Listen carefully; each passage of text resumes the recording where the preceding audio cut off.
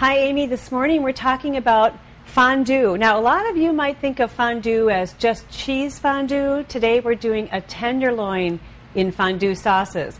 I'm going to talk about the wines first, and then we'll talk about all of the great ideas that we have for dipping different foods in different sauces and calling it fondue.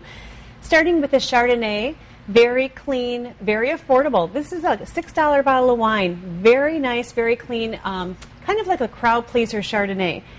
An Albarino. This is really a wine built for seafood. So if you're doing, and also with cheeses, but primarily for seafood. So if you're making a fondue where you're dipping seafood into different cheeses, it's a perfect wine for that.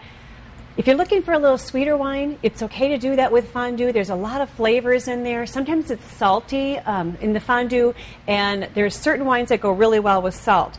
Be Lovely is a red wine that has like a creamy texture to it, but it definitely is a sweetness that can handle the salt.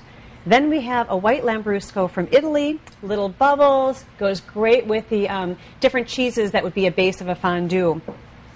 Then I have a sweeter red wine called Finestra. This is a sweeter wine like Be Lovely, only built more like a Cabernet Sauvignon with more structure, so not light like Be Lovely. Better with something like the steak fondue that we're going to be doing. And then also Windmill Zinfandel has a spiciness to it, a little bit of a bite, so it's going to go great with any of the dipping sauces.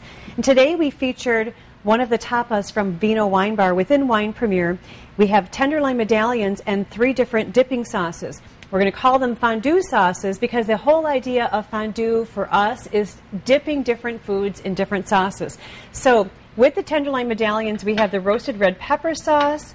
We have this creamy gorgonzola sauce that is just yummy.